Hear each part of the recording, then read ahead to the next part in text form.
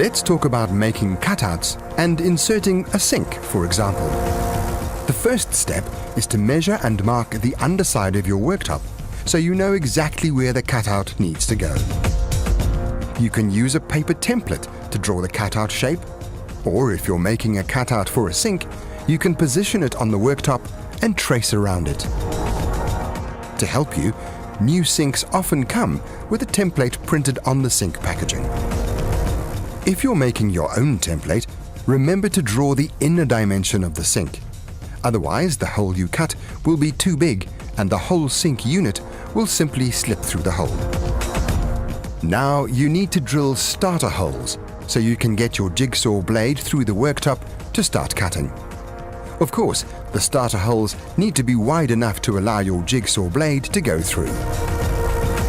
Firstly, determine the correct location for drilling by measuring where they should be and then matching that point with corresponding measurements on the other side of the worktop.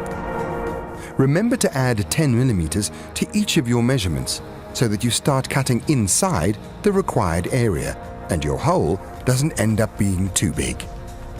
And start drilling from the top of the worktop surface to prevent any chipping. Cut with your jigsaw blade from the underside.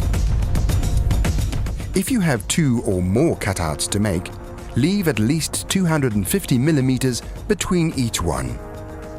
Once you've done all the cutting, clean away any dust and seal the edges. Then add acrylic around the edge of the sink unit and position the unit on the underside of the worktop. Clamp it into place, starting in the middle and working your way outwards.